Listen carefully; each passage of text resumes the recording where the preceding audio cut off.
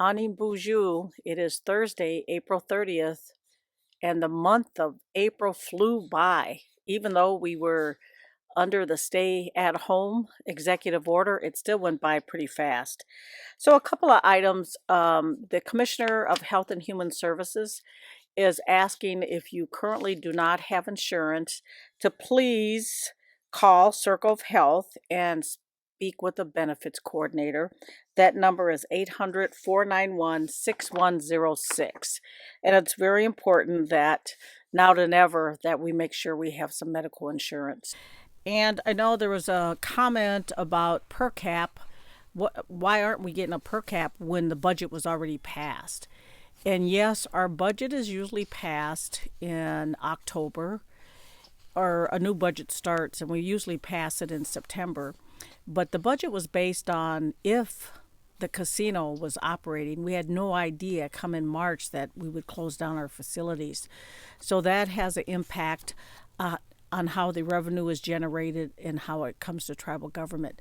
So again, that's why instead of a per cap, you were getting a stimulus. And then also there was a comment about in Pine County that I had made comments about the stimulus were not supposed to impact your eligibility for services. And under the executive order by Tim Walz, it's called the Emergency Executive Order 2042. And it says, ensuring the emergency economic relief does not prevent eligibility for essential human services programs during COVID-19 peacetime emergency. And in the executive order, it lists the reasons why he has his executive order. And it says the following payments received by Minnesotans as a result of COVID-19 must not be counted as income when determining eligibility for the programs administered by DHS. And that's the Department of Health Services. And so there are certain stipulations here. Number A is that you do not include and must not be counted as income is the Federal CARES Act payments up to $1,200 per adult and $500 per child. State government payments issued to individuals to relieve the adverse economic impact caused by COVID-19, subject to any necessary federal approval. Local government payments issued to individuals to relieve the adverse economic impact caused by COVID-19, subject to any necessary federal approvals.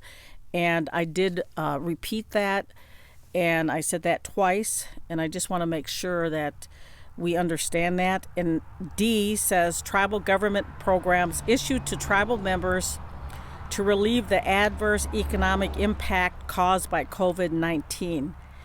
And it says subject to necessary federal approval.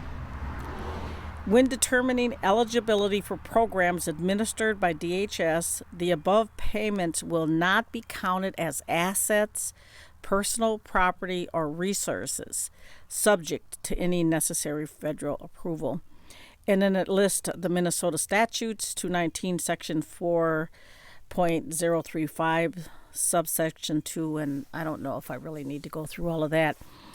But you can find this executive order actually on the websites, and we'll put it up too so you have a chance to review it and look at it. And